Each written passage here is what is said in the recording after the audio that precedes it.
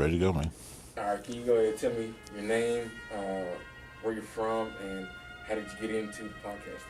Name is Andrew Childress Jr. I'm from Dallas, Texas, originally South Dallas. Grew up in Rowlett. I got into podcasting. The story kind of starts when I was 16, man, but I got into podcasting into it as far as a consumer probably about 8 years ago. As far as a producer, executive producer, host, business owner, probably I wrote the business plan out about 4 years ago, and I launched it a year and a half ago. So. And tell me something. How did you come up with the idea? So, going back, predating all this stuff, when I was 16 in Dallas, I used to do a lot of parties with a company at the time that wasn't legitimized, but it was called Simplicity. And we did a lot of parties with the radio station at that time. And so that kind of sparked it, because at that time I was young. I didn't know how to really make money, but I knew that I had an idea and a vision that I could do something with people on a massive scale. And I executed that, right? And so fast forward to all the things that were happening in society in recent years, I needed an outlet to be able to speak. And I figured, what better way to reach a massive amount of people than a podcast? So that's the only way I knew. I had a therapist, and that was cool, but I needed a way to voice the things that I was seeing every day and associated with things that were going on in society every day. And so the podcast seemed like the most viable marriage for that to happen. So that's how that came about. And when we spoke the previous time, you told me that you used to work at a hospital. I did. Mm-hmm. So tell me, up from that point to you getting the podcast. It's funny you asked that. So I was working in the hospital overnight at a mental health hospital. And I remember sitting in the hospital rooms at like 1 a.m, man, like watching these people sleep. And they're like some of the most excuse me, but these are some crazy people, right? And so I remember writing this plan out. I would sketch my logo out in the dark. I had my phone light on. I'd be trying to sketch logo. I can't draw for anything. And so I would like sit with my coworker, like, hey, what does this look like? And he was like, bro, I'm trying to sleep, man. Like, and so I would be doing my podcast, like all the plans I had already written the business plan out like in 2019. But about 3 years ago or so, when I was working in the hospital, I had a lot of time overnight, 8 to 12 hour shifts, 40 to 50 hours a week for 2 years straight. You can plan a lot of things while people are sleeping, right? So in those long hours of the night, I'd be listening to Joe Budden or Joe Rogan or Charlemagne or all these brilliant idiots, Andrew Schultz, Horrible Decisions, all these people that I kind of like not really idolize, but I thought that, hey, these guys and girls seem like they know what they're doing, so I would study it. And so throughout that process, I was writing out my business plan. I was writing out the game plan of how to launch it, learning what mics to use, what mics not to use, sound dampening, from marketing to scaling to YouTube, monetization, LLCs, trademarks, all those different things that it takes to run a business. And I'm not a business major, I'm a biology major.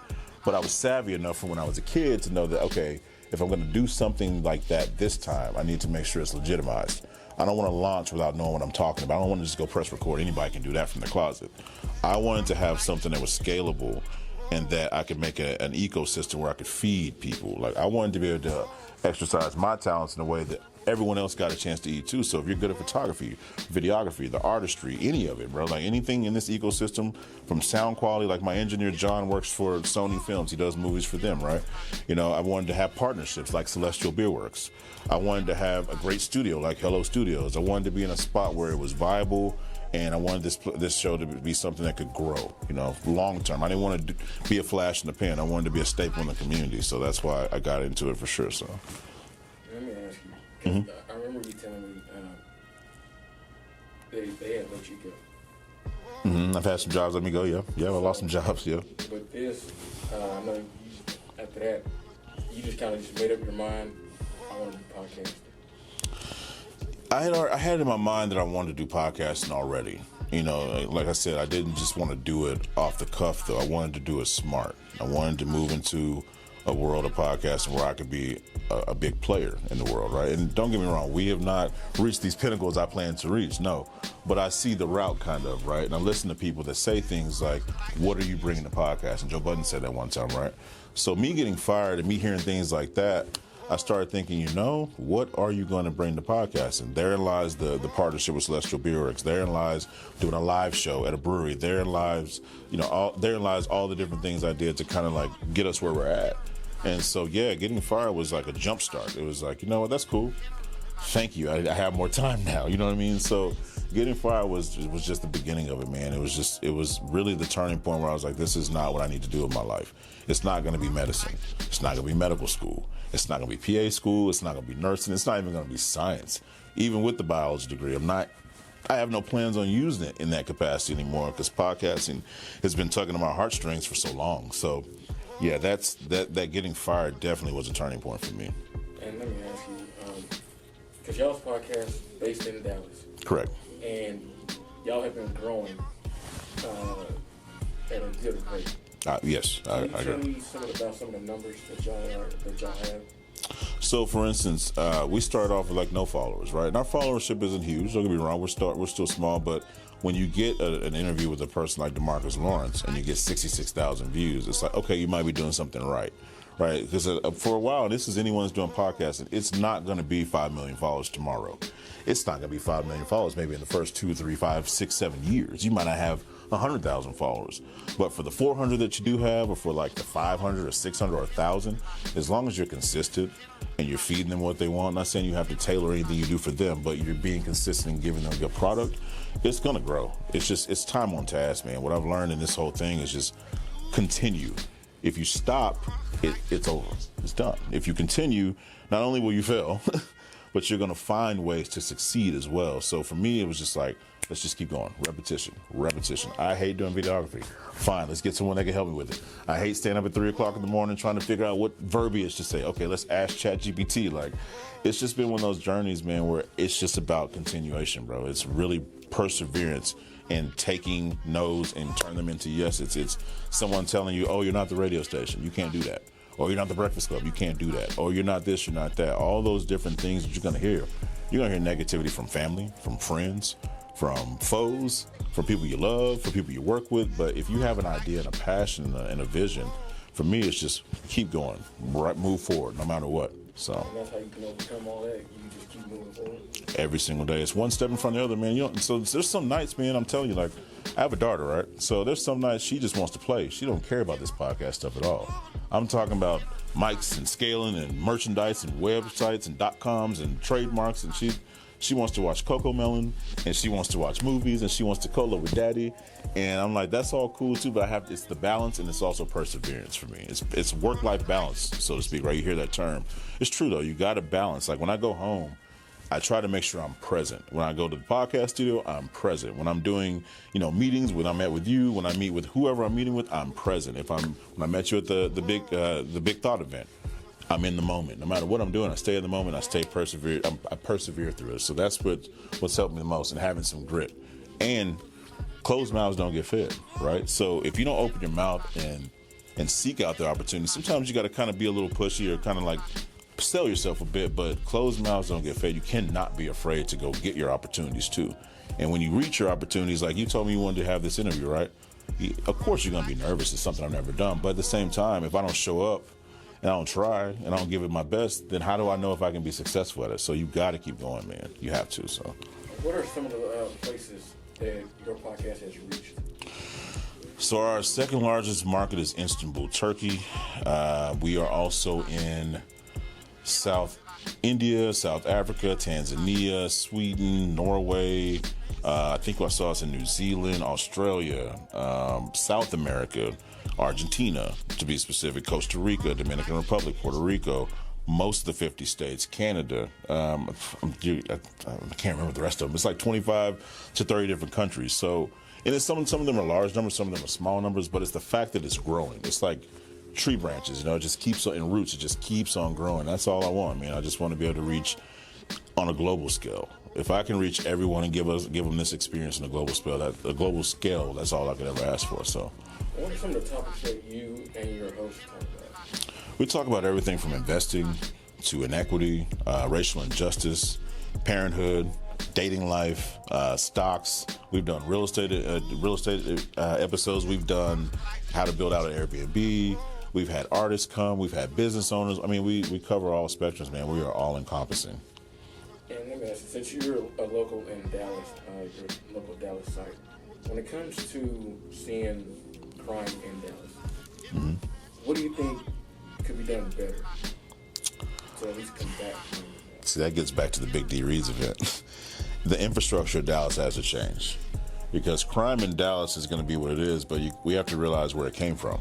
It stems from old laws and old practices in the way that people have been kind of marginalized in certain communities, right? So if you're going to the southern part of town with the most land mass and the least amount of equity, and you go to the northern part of town with the least amount of land mass and the most amount of equity, it's very unbalanced, right? So the crime in Dallas, in my opinion, the overall infrastructure and the ideology of the city has to change. A lot of people don't see a problem, but they're doing okay. The people that don't see a problem, that's them. No, it's you too, because we're all in this thing together. We're all in Dallas, right? So if the crime affects South Dallas, it could also affect North and East and West and all the suburbs and everything in between. So for the crime in Dallas to have any kind of significant change, man, there has to be community.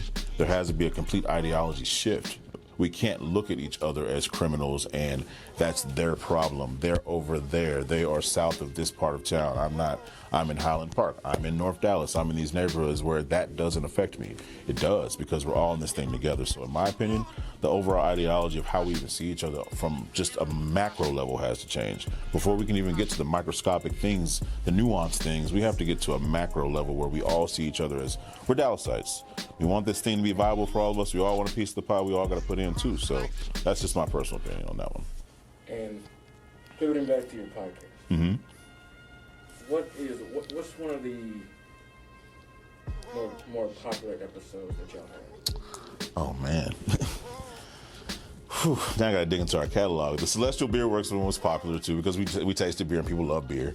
When we talked, someone told me at work that they had a debate about I think it was in the low 30s, where we had an episode about kids, and they didn't have kids, but it sparked a debate in their household about kids. I was like, that's kind of cool.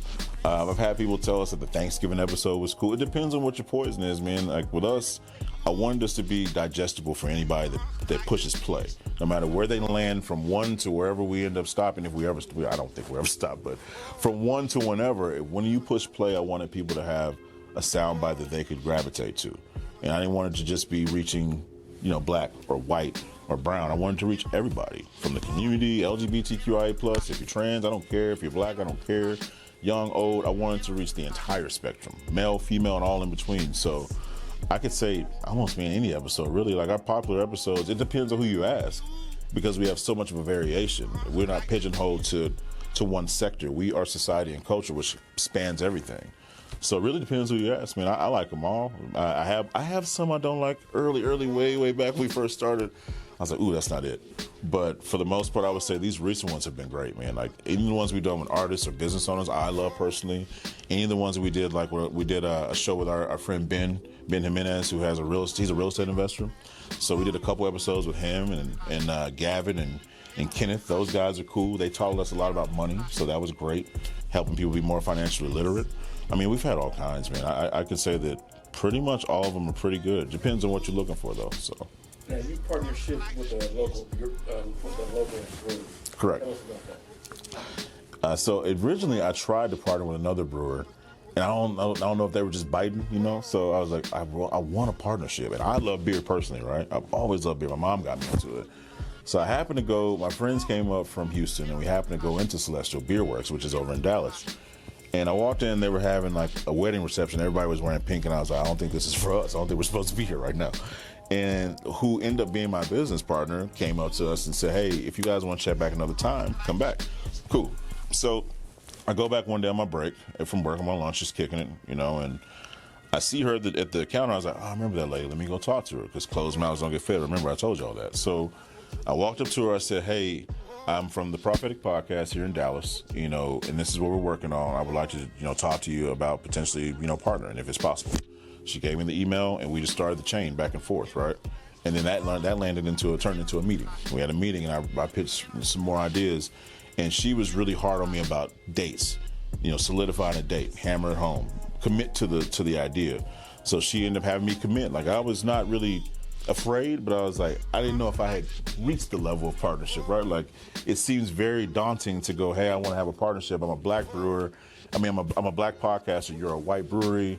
Our ideologies seem to be the same, but you never know until you ask, man. So we had several meetings, and it just worked out. It turned out that we had the exact same ideology about inclusivity and about diversity and about diversity of thought. They were very progressive and forward thinking. And so it just turned out that they were a brewery, but we were literally operating in the same vein. And that's why it worked so well. So that's how that partnership came about. And let me ask you, what other partnerships are you pursuing within the city of Dallas? Right now, I'm looking for a couple of the breweries. I'm actually thinking about partnering with a couple of artists here to do some merch collaborations, and whoever else wants to partner, man. My partnership line is open. If you want to collaborate in the city and grow this city in an organic way, I'm with it. I'm open to any opportunity. But right now, a couple of artists and a couple of other breweries I'm looking at working in right now. Can't say any names, but definitely got some things working for sure. And when it comes to political discussions within the city, local political discussions, would you like to see city council members or local lawyers or public defenders such as Lynn Richardson, who is the chief public defender of Dallas, would you like to see them come on the show and talk about Dallas politics, everything that's Dallas? Lynn Richardson, come on, come down, because I want to actually get to the point where I can have those conversations. I am intrigued by that aspect of the Breakfast Club. That was one of my biggest inspirations to do stuff like that, because I saw them so diverse from Hillary to Diddy. Anyone they can talk to, they do, and I like that because it gives lens to all facets of life. So absolutely, if any politician wants to sit on this couch or these chairs and have a conversation, I am 1,000% with it. I have no qualms with that at all. And where can people hear your podcast? Anywhere in the world that you can listen. It's going to be on Apple. It's going to be on Spotify, Amazon, YouTube. If you find our IG, if you look us up on IG, it's The Prophetic Pod. On IG, our link tree is there. Our .com will be coming soon. So I think we're on about 20 different outlets. DSP's direct streaming platform. So you can find us just about anywhere, man. Make no mistake about it. Sometimes you don't need to hear that, but my goal for this show is for it to reach everybody, man. If I could be sitting here talking to Charlamagne one day, cool. If I could be sitting here talking to Joe Budden one day, cool. Or whoever. If I could sit and talk to presidents and authors, I don't care, man. I want to talk to anybody. I want this podcast to reach everybody, and I want it to be used as a conduit for good. I want to be a steward of good.